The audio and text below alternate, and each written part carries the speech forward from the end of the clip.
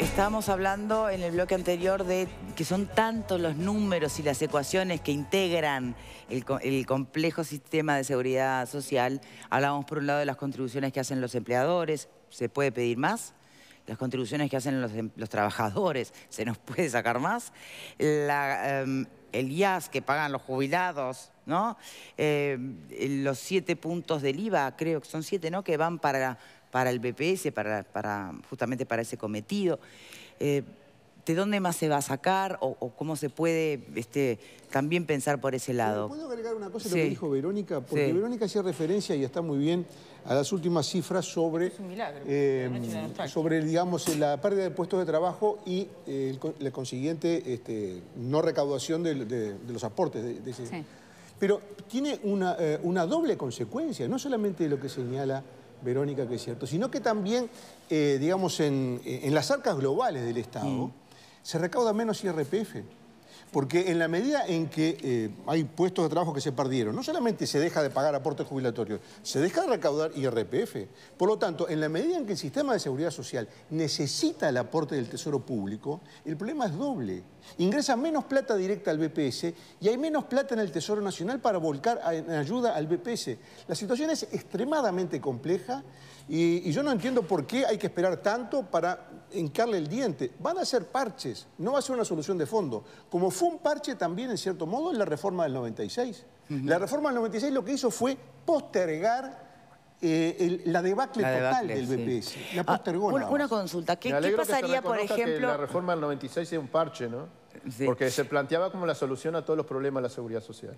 Me alegro que se reconozca que es un parche. Bien. Esa es mi opinión. Esa es mi opinión. Pero es un reconocimiento que... Es iluso pensar que... Porque hay un tema, ¿no? Hay quienes por ahí sí se sienten en forma de seguir trabajando. Hay quienes no. Pero ¿saben cuál es el gran otro problema que impone la edad de jubilación, la jubilatoria? Que después con la jubilación no podés vivir, pero tampoco podés volver a trabajar. ¿Qué pasa si se pudiese permitir, si la persona puede, quiere y baraja y en su balance le da mejor seguir laburando que esperar la mísera jubilación, con aportaciones mínimas? No sé, ¿qué opinas sobre ese aspecto? Yo creo que, por eso digo, ahora estamos hablando, sí, no solamente de la propuesta que hizo Costa o la propuesta que hizo Alonso, sino que tenemos que hablar de cuál es el origen, o sea, ¿por qué se propone eso? Se propone eso porque el Banco de Previsión Social necesita una asistencia financiera equivalente al 1% del Producto Bruto Interno aproximadamente. Entonces lo que hay que ver es por qué se produce o por qué se necesita esa asistencia financiera. Tenemos que mirar en el BPS los ingresos que tiene el Banco de Previsión Social. El directorio del BPS no puede resolver aumentar los aportes patronales, aumentar los aportes personales o todos esas fuentes de financiamiento que tú mencionabas. No lo puede hacer el BPS, porque el BPS tiene que cumplir con la ley. Si miramos los egresos, el BPS tiene que pagar prestaciones. Y además están las no contributivas que paga el BPS también. No puede resolver, rebajar las jubilaciones, las asignaciones, no puede resolver tocar los derechos de la gente y tampoco tocar las no contributivas, porque eso es producto de un mandato legal. Todas las prestaciones no contributivas obedecen a algo. Por ejemplo, la pensión a la vejez, pensión por discapacidad, por mismo, por delitos violentos. Lo resolvimos a través de los instrumentos que la democracia nos da.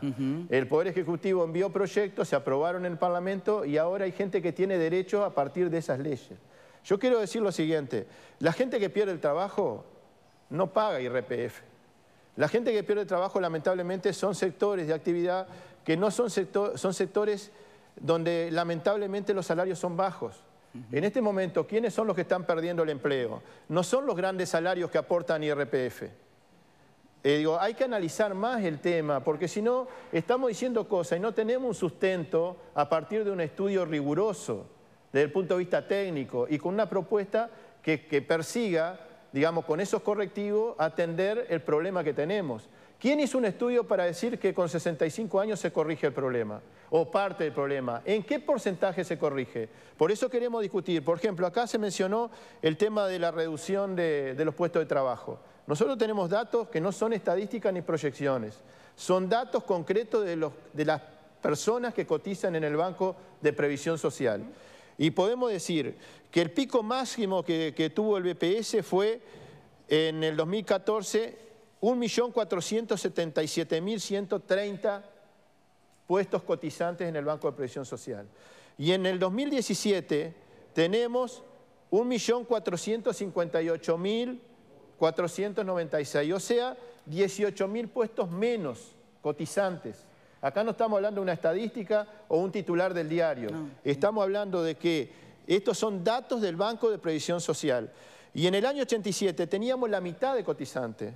En el año 2003 teníamos 800.000 y hoy tenemos 1.450.000. Señores, tenemos, pero hay que ir cerrando, así que me gustaría la reflexión final de nuestro invitado, aunque es un tema enorme, ¿no? Está tenemos clarísimo. Que transparentar por qué es que el BPS necesita asistencia financiera, pero no para justificarla, primero para entenderla.